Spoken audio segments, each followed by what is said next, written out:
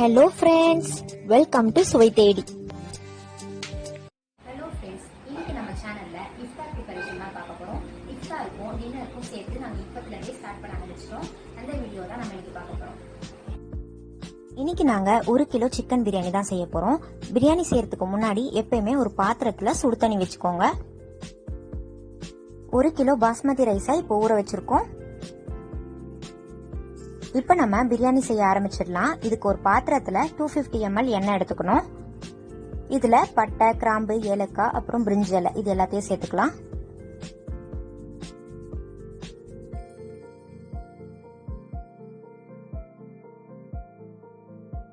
இது கூட 1/2 கிலோ வெங்காயத்தை நீளமா கட் பண்ணி வச்சிருக்கோம், அதை சேர்த்துக்கலாம். பிரியாணியோட முக்கியமான ஸ்டெப்பே வெங்காயத்தை நல்லா வதக்குறது தான். சோ இதை நல்லா வதக்கிக்கணும்.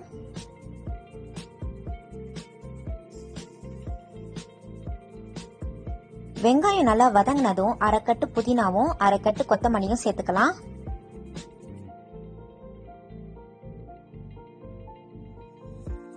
எப்பயுமே இஞ்சி பூண்டு விழுது சேர்க்கறதுக்கு முன்னாடி நீங்க கொத்தமல்லி புதினாவை ஆட் பண்ணிக்கோங்க.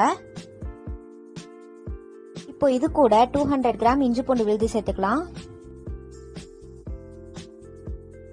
இஞ்சி பூண்டு சேர்த்ததுக்கு அப்புறம் பச்சை வாசம் போற வரைக்கும் நல்லா வதக்கிக்கணும். இப்போ நல்லா வதங்கிடுச்சு. இது கூட 5 பச்சை மிளகா, அப்புறம் 1/2 கிலோ தக்காளியை கட் பண்ணி வச்சிருக்கோம், அதை சேர்த்துக்கலாம்.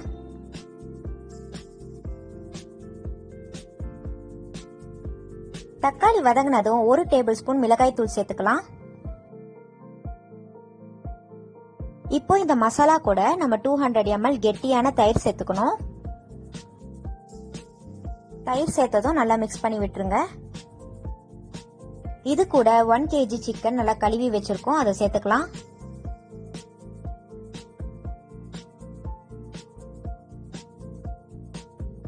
இப்போ மசாலாவோட நல்லா சிக்கனை மிக்ஸ் பண்ணி விட்டுருங்க. இப்போ தண்ணி அளவு பாத்தீங்கன்னா 1 கப் அளவு அரிசிக்கு 1.5 கப் அளவு தண்ணி எடுத்துக்கணும். எந்த கப் மெஷர்மெண்டா இருந்தாலும் சரி. அதுல இப்போ 1/2 கப்பை நம்ம இப்பயே சேர்த்துக்கலாம். ஏன் இப்ப சேர்க்கிறோம்னு பாத்தீங்கன்னா சிக்கன் நல்லா வேகறதுக்காக தான். இது கூட தேவையான அளவு உப்பு சேர்த்து ஒரு 10 நிமிஷம் போல இதை மூடி வச்சு வேக விட்டுருங்க. இப்ப பாத்தீங்கன்னா சிக்கன் வந்து 50% வெந்துடுச்சு. இந்த அளவு போதும். இப்ப இது கூட நம்ம 1 கப் அளவு ரிமைனிங் வாட்டரை சேர்த்துக்கலாம். நல்லா கொதிச்சதும் நம்ம ஊற வச்சிருக்க அரிசியை சேர்த்துக்கலாம்.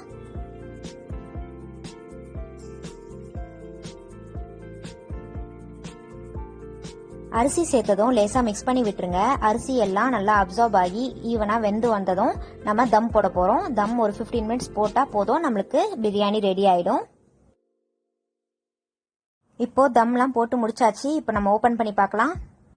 வாவ், பார்க்கவே எவ்வளவு சூப்பரா இருக்குன்னு பாருங்க. நல்லா நீளமா ஒரு ஹோட்டல்ல கிடைக்கிற அதே லுக்லயும் அதே அரோமாலையும் நம்மளுக்கு சூப்பரா ரெடி ஆயிருக்கு. இப்ப நம்ம பிரியாணி செஞ்சு முடிச்சாச்சு. நம்ம டின்னரோட வேலை இப்ப ரெடி ஆயிடுச்சு. அடுத்தது நம்ம இஃப்தார் வேலையை தான் ஸ்டார்ட் பண்ணணும். நம்ம சேனல்ல இந்த பிரியாணியோட ரெசிபியை போட்டிருக்கோம், அதோட லிங்க் டிஸ்கிரிப்ஷன்ல கொடுத்திருக்கேன், செக் பண்ணிக்கோங்க. இப்போ நம்ம பிரியாணி செஞ்சு முடிச்சாச்சு. கிச்சனையும் கிளீன் பண்ணிட்டோம். அடுத்தது நம்ம இஃப்தார் வேலையை தான் ஸ்டார்ட் பண்ணோம். ஒரு 4 மணி போல நம்ம இஃப்தார் வேலையை ஸ்டார்ட் பண்ண ஆரம்பிச்சிடலாம். இன்னைக்கு நம்ம பின்வீல் சமோசா தான் பண்ண போறோம். அதுக்கு ஃபர்ஸ்ட் மாவு பிசையணும், அதை பண்ண ஆரம்பிச்சிடலாம். மாவு பிசைறதுக்கு ஒரு பெரிய பாத்திரத்துல 1 கப் அளவு மைதா எடுத்திருக்கேன். இது கூட 1 டேபிள் ஸ்பூன் அளவு எண்ணெய், அப்புறம் தேவையான அளவு உப்பு சேர்த்துக்கலாம். இதை இப்போ லேசா மிக்ஸ் பண்ணிக்கோங்க.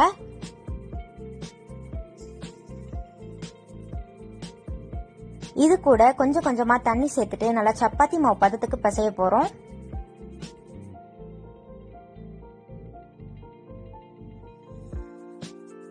மாவு நல்லா பிசைஞ்சதும் இதுல லேசா எண்ணெய் தடவி ஒரு 1/2 மணி நேரம் ஊற வச்சிருங்க.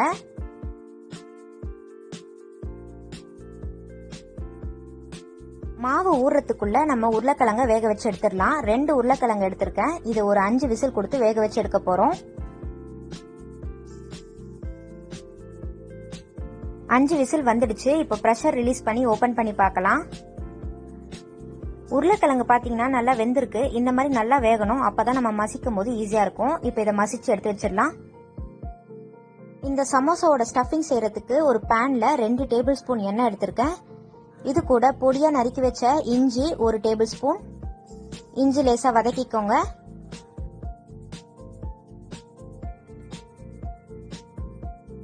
ரெண்டு பச்சை மிளகாவை பொடியா நறுக்கி வச்சிருக்கேன், அதை சேர்த்துக்கலாம். இது கூட ஒரு சின்ன சைஸ் வெங்காயத்தை நல்லா பொடியா நறுக்கி வச்சிருக்கேன், அதையும் சேர்த்துக்கலாம்.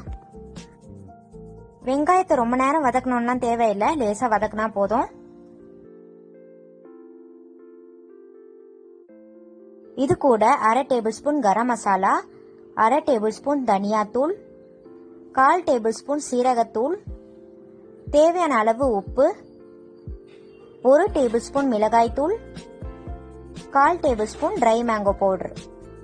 இது எல்லாத்தையும் நல்லா மிக்ஸ் பண்ணிக்கோங்க. இப்போ இது கூட மேஷ் பண்ணி வச்சிருக்க உருளைக்கிழங்க சேர்த்துக்கலாம். உருளைக்கிழங்க நல்லா மசாலாவோட பைண்ட் பண்ற மாதிரி மிக்ஸ் பண்ணிக்கோங்க.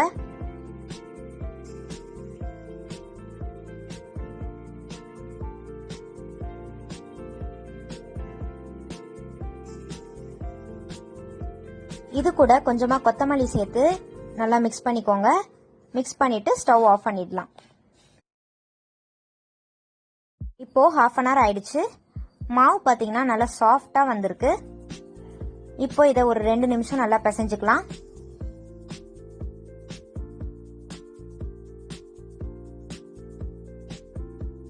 இப்ப முழு மாவையுமே நம்ம சப்பாத்தி கட்டையில வச்சு நல்லா நீளமா லாங்கா மெலிசா உருட்டி எடுக்க போறோம். இந்த மாதிரி நல்லா நீளமா உருட்டி எடுத்ததுக்கு அப்புறமா நம்ம ரெடி பண்ணி வச்சிருக்க ஸ்டஃபிங்க இதை ஈவனா ஸ்ப்ரெட் பண்ணணும். இது சமோசா செய்யறதை விட ரொம்ப ஈஸி. ஏன்னா நம்ம சமோசா பட்டி அது மாதிரி எதுவும் செய்ய தேவையில்லை, டைரக்டாவே இதை பண்ணிடலாம். இப்போ இதை பொறுமையா ரோல் பண்ணிக்கோங்க. ரோல் பண்ணும்போது நல்லா கவனமா பொறுமையா ரோல் பண்ணிக்கணும்.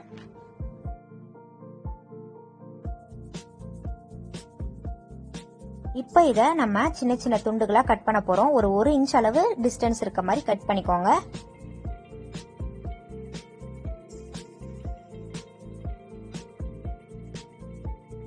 இப்போ ஒரு பீஸையும் லேசா கையில வச்சு இந்த மாதிரி ஜென்டிலா பிரஸ் பண்ணிக்கோங்க.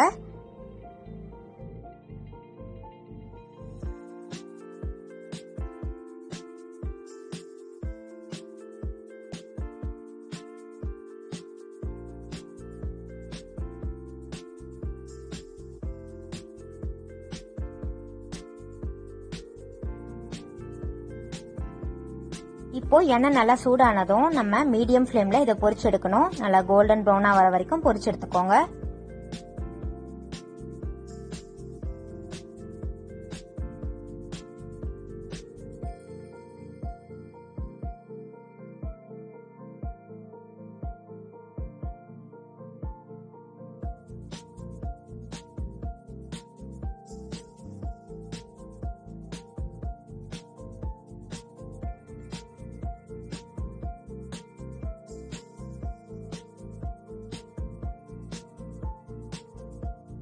இப்போ பாத்தீங்கன்னா நம்மளோட பின்வீல் சமோசா சூப்பரா ரெடி ஆயிடுச்சு. நல்லா கிறிஸ்பியா வந்திருக்கு. அடுத்தது நம்ம ஜூஸ் பண்ண ஆரம்பிச்சிடலாம். இன்னைக்கு நாங்க மஸ்க் மெலான் ஜூஸ் தான் போட போறோம். ஸோ மஸ்க் மெலானை ஃபர்ஸ்ட் கட் பண்ணிக்கலாம்.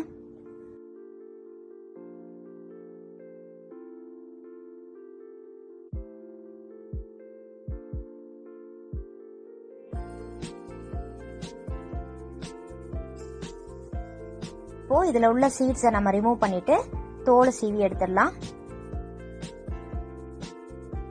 இப்போ நம்ம கட் பண்ணி வச்சிருக்க மஸ்க் மெலானை ஒரு மிக்சர் ஜார்ல போட்டு அரைச்செடுக்க போறோம்.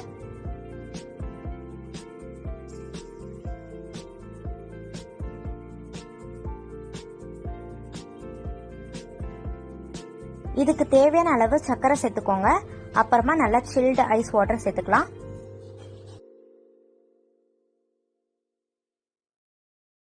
இப்போ நம்ம இதை அரைச்சு எடுத்துக்கலாம்.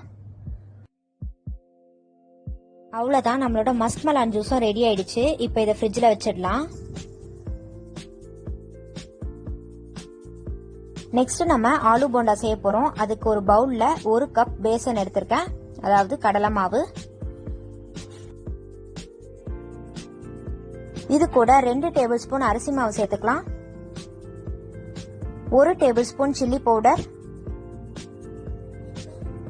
1 பிஞ்ச் பேக்கிங் சோடா,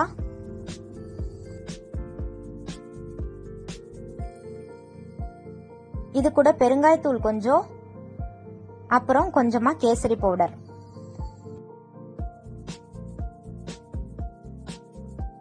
இது கூட தேவையான அளவு உப்பு சேர்த்துக்கோங்க. இப்ப இதை மிக்ஸ் பண்ணிடலாம்.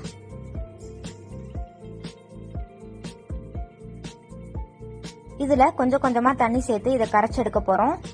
ரொம்ப திக்காவும் இருக்கக்கூடாது, ரொம்ப தண்ணியாவும் இருக்கக்கூடாது.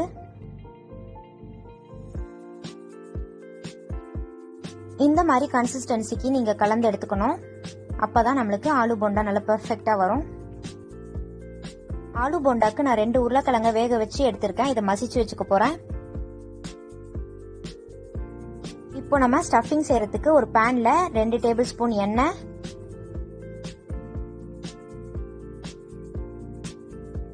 எண்ணெய் நல்லா காஞ்சதும் 1/4 டீஸ்பூன் கடுகும் 1/4 டீஸ்பூன் சீரகமும் சேர்த்துக்கலாம்.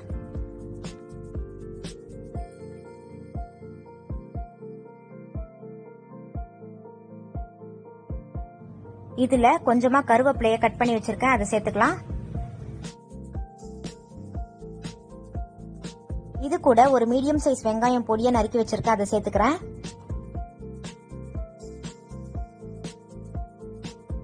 இது கூட 2 பச்சை மிளகா பொடியை நறுக்கி வச்சிருக்கேன், அதையும் சேர்த்துக்கலாம். இது கூட கொஞ்சமா இஞ்சி சேர்த்துக்கிறேன். இஞ்சி நல்லா பொடியை நறுக்கி வச்சிருக்கேன், அதை சேர்த்துக்கலாம். இப்போ எல்லாத்தையும் நல்லா வதக்கிக்கலாம். எல்லாம் நல்லா வதங்கினதும் 1 டேபிள் ஸ்பூன் மிளகாய் தூள், 1/4 டீஸ்பூன் மஞ்சள் தூள், 1/2 டேபிள் ஸ்பூன் கரம் மசாலா, தேவையான அளவு உப்பு, இது எல்லாத்தையும் சேர்த்து நல்லா மிக்ஸ் பண்ணிக்கோங்க.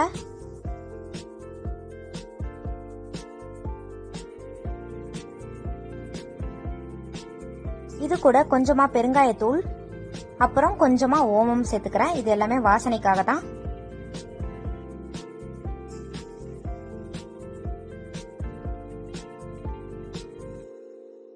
எல்லாத்தையும் நல்லா மிக்ஸ் பண்ணதுக்கு அப்புறமா நம்ம மேஷ் பண்ணி வச்சிருக்க பொட்டேட்டோவை சேர்த்துக்கலாம்.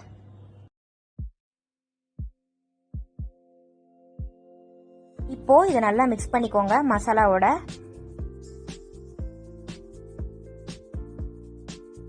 இப்போ இதுல கொஞ்சமா கொத்தமல்லி சேர்த்துக்கலாம். அப்புறமா ஒரு டேபிள் ஸ்பூன் அளவு லெமன் ஜூஸ் புழிஞ்சு விட்டுறலாம். இப்ப ஸ்டவ் ஆஃப் பண்ணிட்டு நல்லா ஆறுனதும் இதை சின்ன சின்ன பால்ஸா உருண்டை பிடிச்சு வச்சிருங்க. இப்போ எண்ணெய் நல்லா சூடானதும் நம்ம ரெடி பண்ணி வச்சிருக்க பால்ஸை நல்லா மாவுல டிப் பண்ணி நம்ம பொரிச்சு எடுத்துக்கலாம். மீடியம் ஃப்ளேம்ல வச்சு பொரிச்சு எடுத்துக்கோங்க.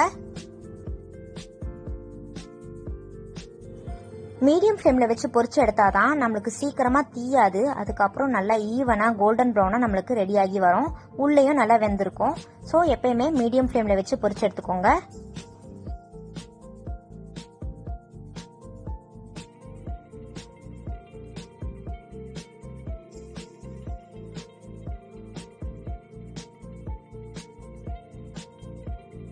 இப்ப பாத்தீங்கன்னா ஒரு சைடு நல்லா வெந்துருச்சு. நம்ம இப்ப இதை பொறுமையா ஒண்ணு திருப்பி விட்டுறலாம்.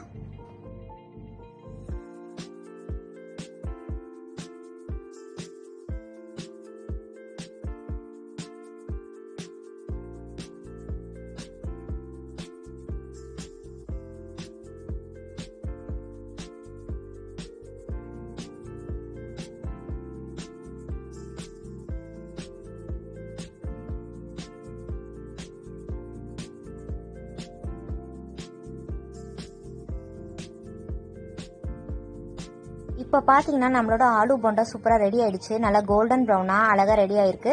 இப்போ இதை பொறுமையாக எண்ணெயிலேருந்து வடித்து ஒரு பிளேட்டுக்கு டிரான்ஸ்ஃபர் பண்ணிடலாம்.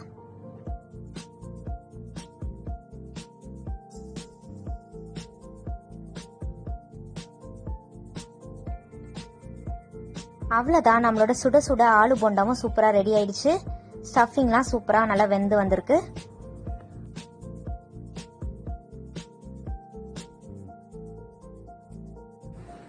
அவ்வளவுதான், நம்மளோட இஃப்தார் ப்ரிப்பரேஷன் முடிஞ்சிருச்சு.